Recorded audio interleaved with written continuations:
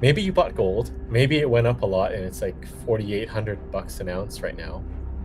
But when you're selling it, you're going to take a haircut off of that because it is so difficult to deal with that. And people don't know. They're just buying it because it's always easy to buy something. It's hard to sell something. And Bitcoin kind of addresses that. The infinite bid doesn't mean Bitcoin goes up forever in a straight line. It means something far more important. An infinite bid exists when buyers enter the market who are not price sensitive, buyers who must accumulate regardless of volatility, sentiment, or short-term drawdowns. These buyers don't care if Bitcoin is at $50,000, $100,000, or $1 million. They buy because their mandate requires it. And according to Samson Mow, we are now seeing multiple independent sources of this infinite bid emerge simultaneously. Before we go on, just a quick reminder, liking the video, subscribing to the channel, and commenting helps this reach more people who care about Bitcoin and macro trends. Appreciate the support. We are on the verge of an infinite bid on Bitcoin. If you look at the macro landscape, everything is set up to facilitate this infinite bid. And you have this coming from the big print.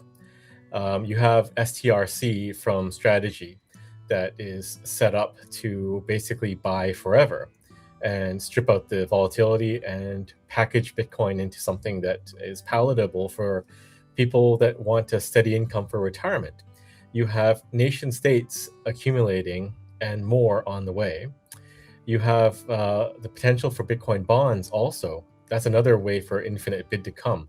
If you think about Bitcoin bonds, they're basically like a strategy vehicle, but at a sovereign level. And we at Jan3 were working on discussions with two countries. One is probably further along than the other, but still, like once this happens, the snowball is just rolling down the hill and it accumulates. What else is infinite bid? Just pleb stacking. I think Matthew talked about that. Just Bitcoiners accumulating regardless of the market sentiment and quantum FUD or whatnot. People are just buying constantly. And then you have fiat collapse. And a lot of people don't understand how easy it is for fiat to collapse, but you just look in recent weeks of the Iranian currency, the rial, and it just went like up and to the right, went to zero. It depends on which direction you're looking at it in. But fiat collapse is infinite bid. And for people that are holding it, there's just no Bitcoin price that is too high. Like you're trying to escape a collapsing fiat currency, you get on the nearest lifeboat, and that is another channel. Then you have the ETFs, and I think this is a big catalyst that has not been tapped into yet. We see a lot of inflows, more so than outflows, but the ETFs effectively remove the barrier to buying Bitcoin that has dampened a lot of prior bull runs where you're trying to onboard with an exchange and you're a retail guy and you have to KYC and you have to wait a week or 2 weeks to onboard. That usually kills it. And we heard the stories about like exchange compliance teams getting backlogged for months.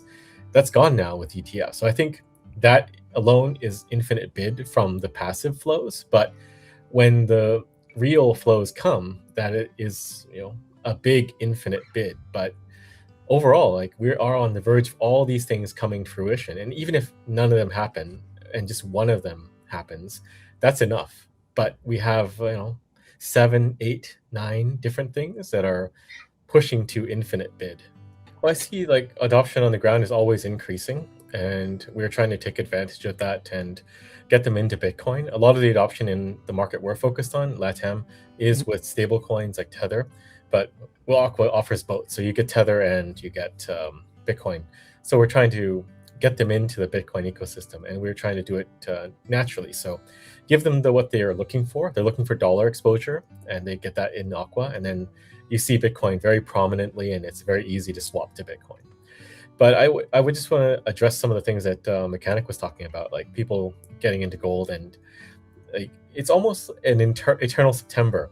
So we've kind of lost our way as a civilization and relied heavily upon fiat and centralized banking systems to handle money for us.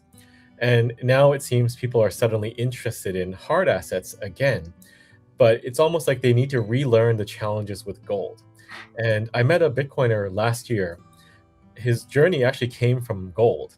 So he bought a lot of gold, and then he had a lot of problems selling the gold because, Yeah. it's easy to get the gold. You can even buy it at Costco, but how do you get rid of the gold? And he found like there was massive amounts of slippage. You can't ship it easily. A lot of shipping companies don't want to take your gold and ship it elsewhere. And to get out of that trade, if you're holding spot gold, is maybe 10-20% loss from what you're buying at. So maybe you bought gold, maybe it went up a lot and it's like $4,800 an ounce right now. But when you're selling it, you're gonna take a haircut off of that because it is so difficult to deal with that. And people don't know. They're just buying it because it's always easy to buy something. It's hard to sell something. And Bitcoin kind of addresses that to almost a detriment for Bitcoin itself, so that a lot of hedge funds and trading firms, they're actually dumping on Bitcoin because it is so easy to sell Bitcoin ahead of market events like Yep. fear of war. And so we are the easiest market that everyone can access to hedge or dump. And I don't think a lot of people understand that, but that is why Bitcoin is so amazing, because it is so 24/7, so liquid. The gold and precious metal markets, they're bifurcated. You have spot, which is easy to buy, almost impossible, if not, impossible to sell at market rates.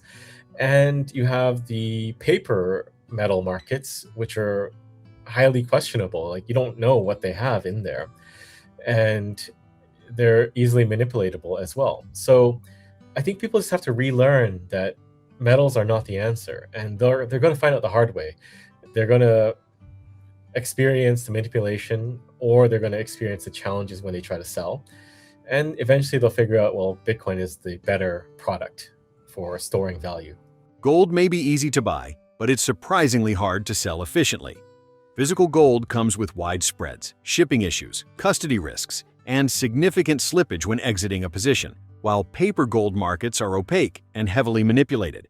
Bitcoin, by contrast, is globally liquid, instantly transferable, and tradable 24/7 at transparent market prices. Ironically, that same liquidity allows Bitcoin to be sold quickly during fear-driven events. But it's also what makes Bitcoin the superior store of value in a modern digital world. The infinite bid is just entities that will buy forever and Yep. at any price point. And there's so many different triggering events for the infinite bid from an array of different entities. But STRC is probably the most obvious one that you can't deny anymore. So you said you don't know what it is. It's like Yeah. a preferred stock. I think it's called Stretch from Strategy, formerly MicroStrategy, and it's targeted to be at $100, and it pays right now I think 11% a year.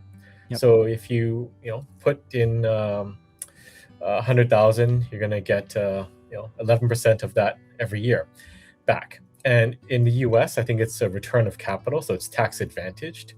And if you're elsewhere and you'd have no tax, then it's basically the best yielding product out there on the market.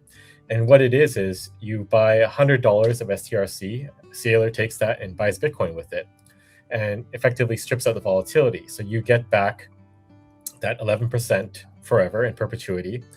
And he takes that to buy Bitcoin, which he thinks will appreciate at 30% a year. I think it's probably going to be closer to 60%. But basically, he's pocketing that 20% difference right there. But if STRC holds at 100, then people will just keep buying it, and it can fund infinite bidding on Bitcoin at any price. Well, there's always a game, right? And this is just a way the world works. Anytime there is an asset that is merged with the traditional system, you're going to have people playing games with it. And you have infinite fiat that can pressure the price and do interesting things, like the 7 a.m. dump that was most of December. Yep. Like stuff like that. It can always happen. But the problem for these guys that are trying to control the price is Bitcoin is finite. So you can do it to a point. And I think that point is just an indeterminate couple weeks or months out in the future.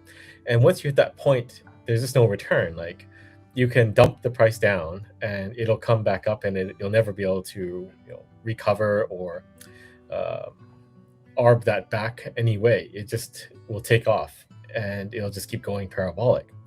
So the metals can be manipulated to a large degree. If you look at like gold and silver, like I think, who was it? Someone posted like you had a 2% CAGR for silver over like the last 48 years, something like that, right? It looks awesome now, but actually, if you go back and look historically, you're only up 2% from from some 19 something years in the 1900s. Oh, But wow. that's because silver is not traded at spot much. It's mostly paper. And yes, there's industrial applications of silver, but that's not the price driver, at least not previously. So maybe it's the combination of those two things, like natural demand for industrial purposes, plus just the inability or someone's on the wrong side of the trade and they're getting squeezed, that is pushing it up parabolically. But I think with Bitcoin, you reach that point much sooner because there is a limit. Like every time Saylor drops a massive buy and Bitcoin dips, everyone's like, how can that be possible? Like, why?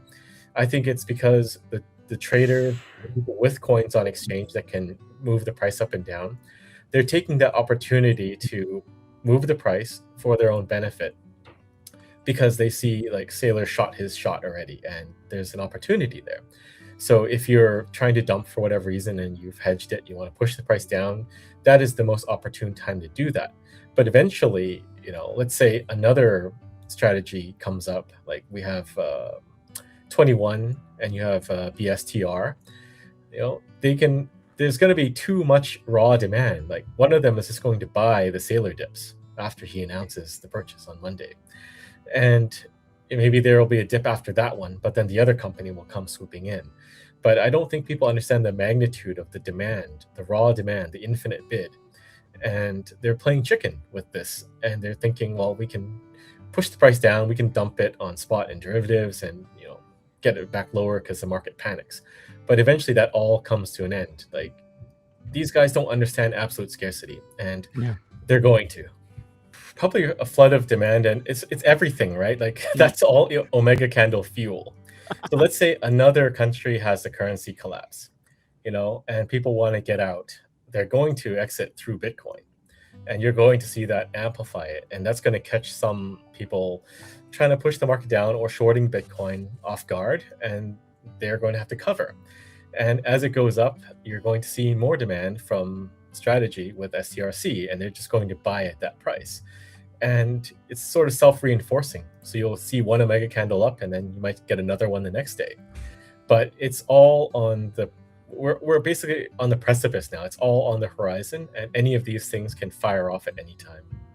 A lot of people have this down sentiment, like, oh, like I can't believe gold and silver are ripping, and it's so bad right now. Like, people are saying this is the worst sentiment they've ever seen, and that's not really true. It's like, it's just them. They're lacking conviction. But if you look at Saylor, he doesn't care. He bought at 95. It's down. It doesn't matter. He's going to buy again and again and again because he believes in the asset. So I think you can give him flack for his comment about not needing a node or whatever, but you have to also give him credit that he has that conviction in the future of Bitcoin. The price predictions are kind of like predicting the weather. I think it's more like looking over a forest and you're seeing fires pop up here and there.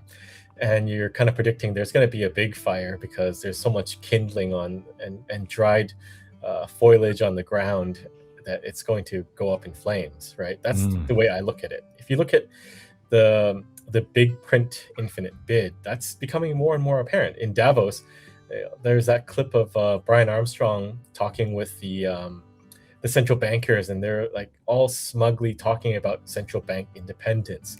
But what's happening in the US?